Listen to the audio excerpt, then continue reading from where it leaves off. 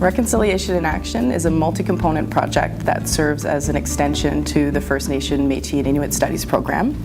It culminates in an actual student exchange between local students and students from a First Nations community somewhere in Canada.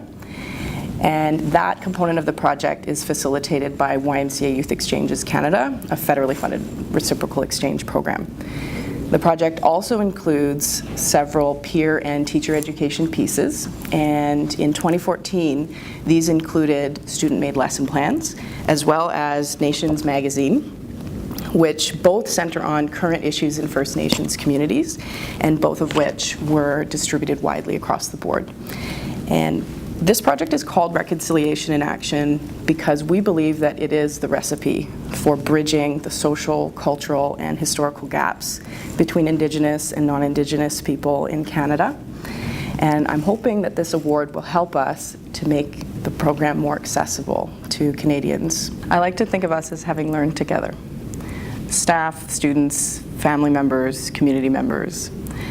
And I am lucky enough to have maintained my connections with students going all the way back to the first exchange in 2011. And we are all still so amazed by the degree to which this shared experience has impacted us. I think the most important thing that we have all learned is how to contribute meaningfully to the monumental task of reconciliation. And it starts with education, and I believe that it starts with youth. So the youth in our program have gained a better understanding of the connections between past and present. They have a better understanding of Indigenous worldviews, and they value traditional knowledge.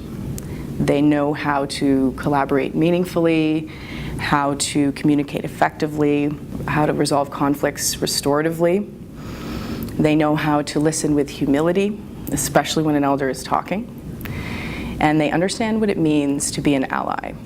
Not a savior or a fixer, but a partner in the task of reconciliation. At its core, this project is about human connection. And what's most rewarding for me as a leader is to watch as my vastly different students come together as a family over the course of a year. And then to watch as those deep connections get extended to the twin community.